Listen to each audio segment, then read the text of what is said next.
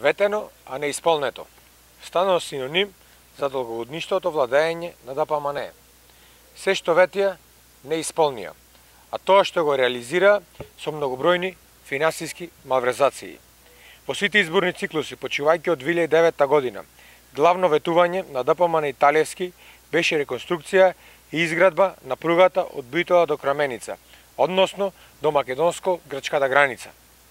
Во изминатиот период успеа да изградат само 1 километар од вкупно 17, а околу 70 фирми изведувачи кои работеа на пругата останале без ветените пари.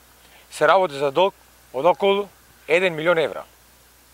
Имајќи во предвид тоа што во текот на 2014 година се обезбедени 20 милиони евра преку ИПА фондовите и тоа што досега никој не сноси одговорност, ги прашуваме ДПМНЕ каде се парите од овој проект.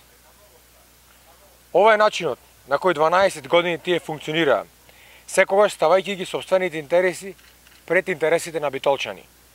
Да, конечно, некој за ова ќе сноси одговорност. Битола не смее повеќе да биде заборавена.